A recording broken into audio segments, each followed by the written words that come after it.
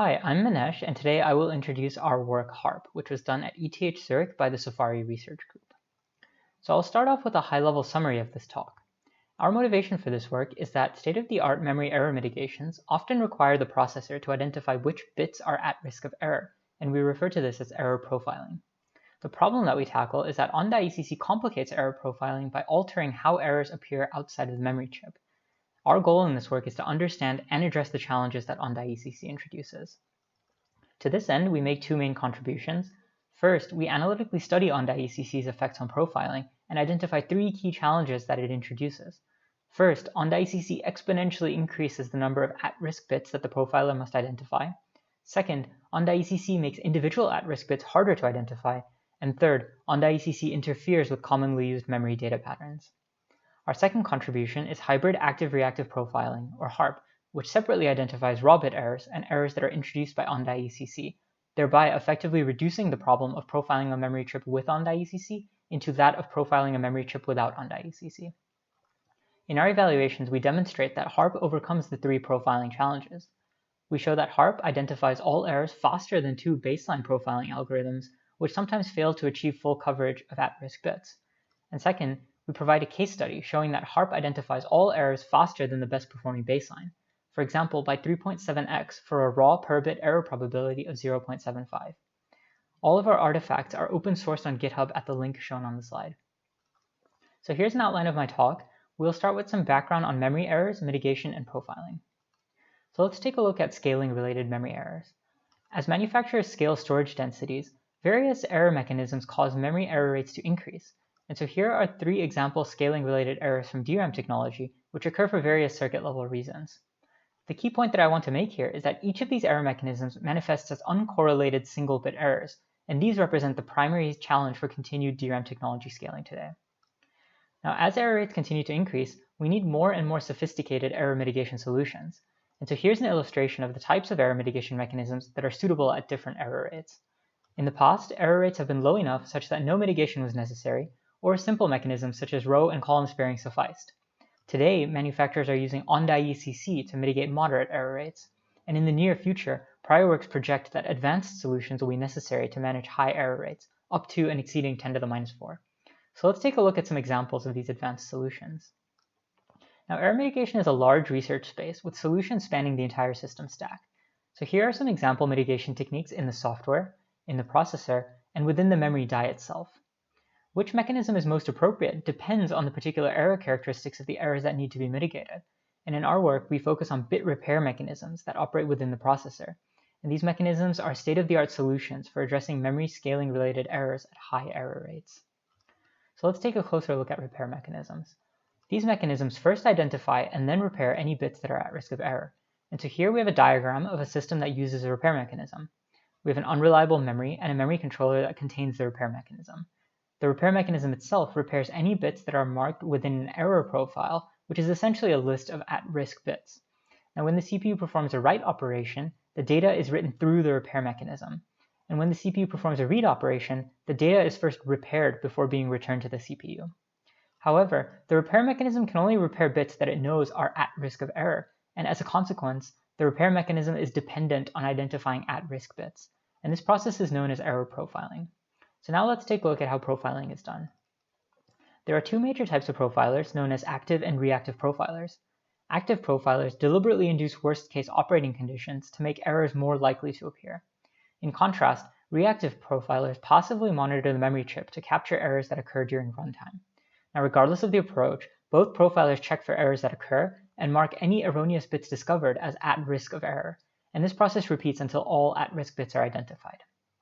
However, this process depends on observing an at-risk bit fail so that it can be marked as such. Unfortunately, on.ECC introduces a new complication for profiling in modern memory chips. This is because on.ECC changes how errors appear to the profiler. And so here's a diagram showing how on.ECC interferes with profiling. As the profiler reads and writes data, on.ECC interposes between the profiler and the data store, and we want to know what effect on.ECC has on profiling. And therefore, our goal in this work is to understand and address the challenges that on.ECC introduces. So now let's talk about on.ECC's impact on error profiling. Here I will illustrate a memory chip with and without on.ECC. So in general, a profiler's goal is to identify all bits that are at risk of error, and in a memory chip without on-die ECC, the data observed outside of the DRAM chip is the same as the raw data within the data store. For a chip with on-die ECC, post-correction data is observed, which is not necessarily the same as the raw data within the memory chip. In either case, the profiler cannot see directly into the memory, and instead, the profiler simply observes errors at the interface and declares those bits to be at risk of error, regardless of what happens within the data store itself. Now let's examine each of these cases in more detail. So without on-die ECC, there is only one source of errors, and this is when the physical bit fails. And we refer to this as a direct error, because the observed error at the interface is caused by the underlying bit failing. In this example, the profiler observes two errors and identifies these bits to be at risk. Therefore, the error profile is calculated simply as the union of all direct errors observed. With on-die ECC, there are now two sources of errors. And so here is a memory chip that uses on-die ECC. Note that we assume a systematic encoding, which means that data bits are preserved as is by the encoding process, and additional metadata bits are added alongside the data. In this example, 3 errors occur, 1 in the data bits and 2 in the metadata bits. Now for sake of example, let's suppose that the profiler observes only 2 errors at the memory interface. We categorize these errors differently. The first is a direct error, which appears before and after error correction, and this is the same as we previously saw in the case without on-die ECC. The second error is what we call an indirect error, which occurs as a result of on-die ECC's undefined behavior when faced with uncorrectable errors. Note that the corresponding data bit at the position of the indirect error did not fail. So in this example, the profiler identifies 2 bits to be at risk of error, and therefore the error profile is now calculated as the union of all direct and indirect errors observed. Let's zoom in on the indirect errors. So indirect errors depend on the particular raw bit error pattern that occurs. So here we have the same example as in the previous slide with 3 bits that are at risk of error. So let's take a look at 2 example raw bit error patterns that could occur, P1 and P2. Note that both are uncorrectable error patterns given a single error correcting ECC, and we refer to these as pre-correction error patterns in contrast to post-correction error patterns that would appear after on-die ECC correction. So let's suppose that after on-die ECC, both P1 and P2 exhibit two post-correction errors. The leftmost error within each of the patterns is a direct error, which occurs in the same position in both patterns. However, the rightmost error in each of the patterns is an indirect error, whose position depends on the particular raw bit error pattern that happened to occur. In general, we observe that any bit can be at risk of indirect errors through different combinations of raw bit errors, and this means that on-die ECC introduces statistical dependence between otherwise independent bits. So because of this, we identify 3 key challenges that on-die ECC introduces for error profiling. First, on-die ECC exponentially increases the number of at-risk bits that the profiler needs to identify, and this is because a small set of raw bit errors can give rise to a combinatorially large set of post-correction errors. Second, on-die ECC makes each individual at-risk bit harder to observe, and this is because each indirect error can only be exposed using a specific combination of pre-correction errors. And third, on-die ECC interferes with commonly used memory data patterns, and this is because data patterns must now consider multiple bits at the same time. Let's take a closer look at the first challenge. So this challenge is based on the principle that n at-risk bits can fail in 2 to the n ways. And so here we have the previous example with 3 at-risk bits, which I now label as 0, 1, and 2. These 3 bits can give rise to 2 to the 3 unique error patterns based on all of the different combinations of these 3 bits. And we see that 4 of these patterns are correctable, and 4 are uncorrectable given a single error correcting code. Now, in the worst case, every uncorrectable error pattern can introduce a unique indirect error, and this is on top of any direct errors that might already occur. This results in an exponential increase in the number of at-risk bits that the profiler needs to identify, and this table shown here summarizes the worst-case scenario. Given n at-risk bits pre-correction, we can have up to 2 to the n-1 at-risk bits post-correction, and at high error rates, this quickly blows up the number of bits that the profiler needs to identify. The second challenge deals with identifying individual at-risk bits, and as we have previously seen, indirect errors only appear for specific ECC-dependent combinations of pre-correction errors. Unfortunately, this makes identifying indirect errors both slow and difficult, and this is because the profiler can neither see nor control which pre-correction errors occur. Instead, the profiler is forced to rely on a blind guess-and-check exploration of different combinations of pre-correction errors in order to try and achieve high coverage. And so we conclude that this slow exploration can only be overcome by transparency into on-die ECC and we discuss this conclusion further in our paper. The third challenge relates to memory data patterns. So profilers commonly use data patterns that are crafted for a particular circuit design, and we see some examples here with carefully placed ones and zeros. These patterns deliberately induce worst-case circuit behavior to make at-risk bits easier to identify and to exercise different memory failure modes. Unfortunately, OnDie-ECC breaks these patterns in two different ways. First, OnDie-ECC obfuscates the pattern so that it may no longer have the same physical behavior. And second, conventional data patterns are designed to induce worst-case conditions for a single bit. However, OnDie-ECC requires multiple bits to fail together. In general, designing and using multi-bit worst-case patterns is difficult at best, and we discuss this further in our paper. Now let's see how HARP overcomes these three challenges. So HARP is based on a simple key observation. We observe that indirect errors can only be introduced by OnDie-ECC's error correction process. And so here we have an example of a 3-bit pre-correction error that causes a 2-bit post-correction error. Although any number of direct errors may occur simultaneously due to errors within the data bits, only one indirect error may occur for a single error-correcting ECC. And this means that the number of indirect errors that can occur together is upper bounded by the ECC algorithm. In other words, an n error-correcting ECC can only cause at most n indirect errors at a time. And to exploit this observation, HARP's key idea is to identify direct and indirect errors separately. To this end, we introduce HARP, which implements this key idea to create a two-phase profiling algorithm. First, HARP uses an active profiler within the memory controller along with an OnDie-ECC bypass path, shown within the memory chip as a dashed orange line, to quickly identify all bits that are at risk of direct errors. And second, HARP safely identifies all bits at risk of indirect errors using a secondary ECC in the memory controller. Whenever either active or reactive profiling identifies an at-risk bit, the profilers report it to the repair mechanism for subsequent repair. Let's see the active profiling phase in more detail. So this figure shows the components relevant to the active profiler alongside the repair mechanism that the profiler supports. The ECC bypass path is used only on profiler read operations, and it returns the raw data bits, but not the metadata bits. And for this reason, the ECC bypass path is a simple, low overhead change to the memory chip. It requires no changes to the memory data transfer granularity or the ECC algorithm, and enables using existing profiling techniques to identify bits that are at risk of direct errors as if there is no OnDie-ECC at all. As a result, the active profiler effectively reduces the task of profiling a memory chip with OnDie-ECC into a task of profiling a memory chip without OnDie-ECC, all by making minimal modifications to OnDie-ECC itself. On the other hand, the reactive profiler simply consists of a secondary ECC in the memory controller. Whenever the secondary ECC detects an error, it reports the error location to the error profile for a subsequent repair. Now, to enable this, the system designer must choose a suitable secondary ECC for their particular system. In general, the ECC design space is large, and HARP only has one requirement. The secondary ECC must be able to correct at least n errors per OnDie-ECC word, given an n error-correcting OnDie-ECC.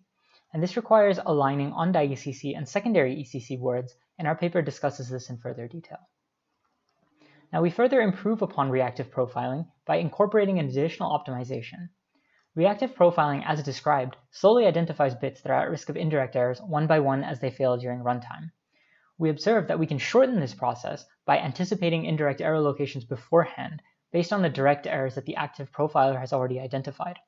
And so this illustration shows how the process works. Given bits that are known to be at risk of direct errors, we can predict a subset of all the bits at risk of indirect errors by knowing the OnDie-ECC parity check matrix. And therefore, we introduce two HARP variants, HARP-aware and HARP-unaware, which do and do not know the ECC parity check matrix respectively. So now I will talk about our evaluations. I will briefly describe our evaluation methodology.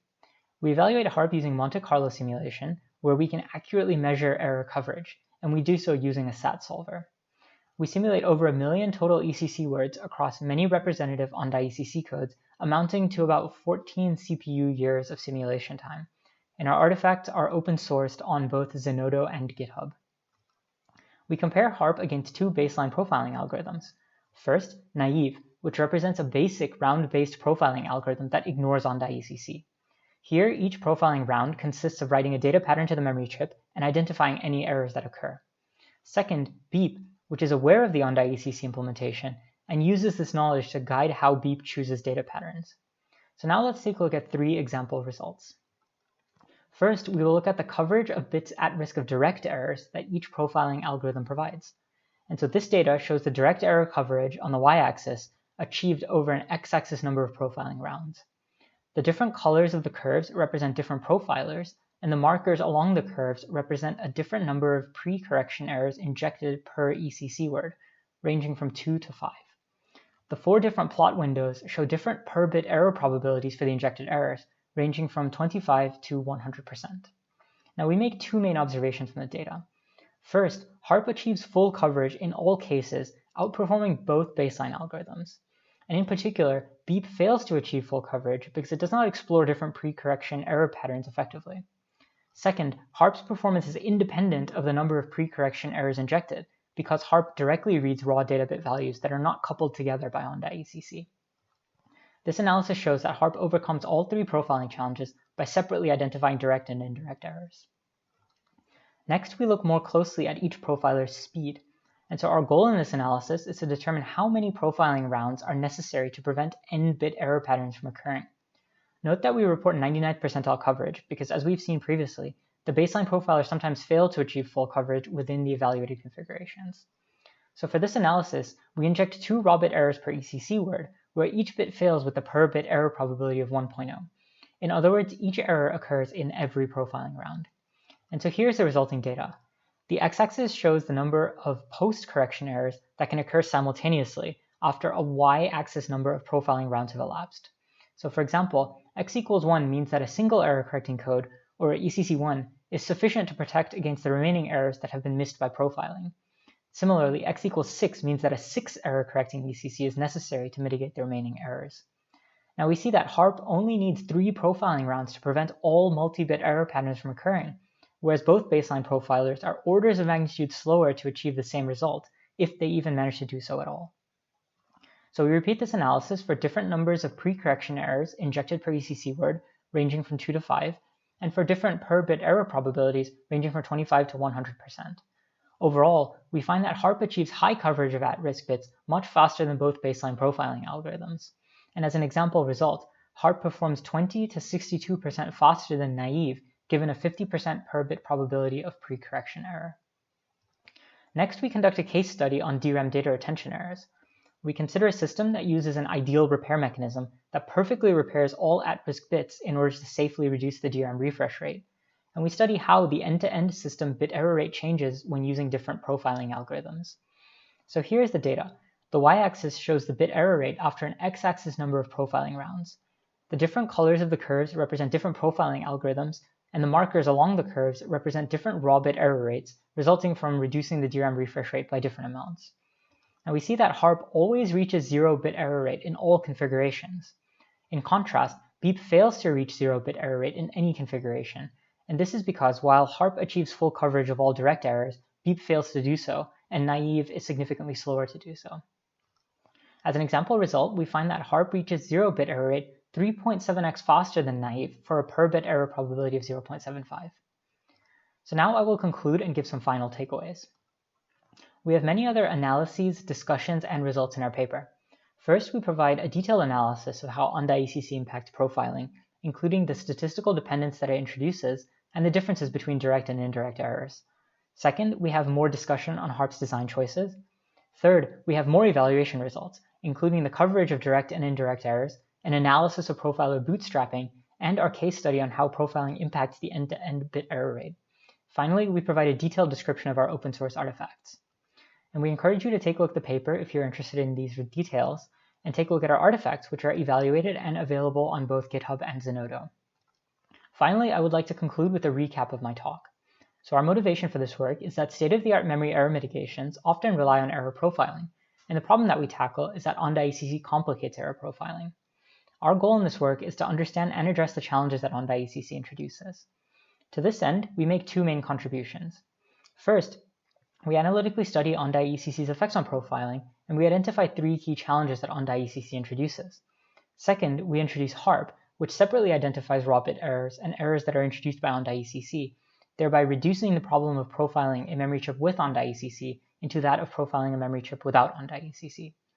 We evaluate HARP relative to 2 baseline profiling algorithms, and we show that HARP overcomes the 3 profiling challenges, outperforming the baseline profiling algorithms by a significant margin. Finally, our artifacts are open sourced on GitHub and Zenodo. We hope that the studies, analyses, and ideas that we provide in this work will motivate rethinking both profiling and on-die ECC to handle error detection and correction across the hardware-software stack. Thank you, and this concludes my talk. Please read the paper and attend my session on Wednesday evening, European time, if you're interested in more details or the interactive Q&A.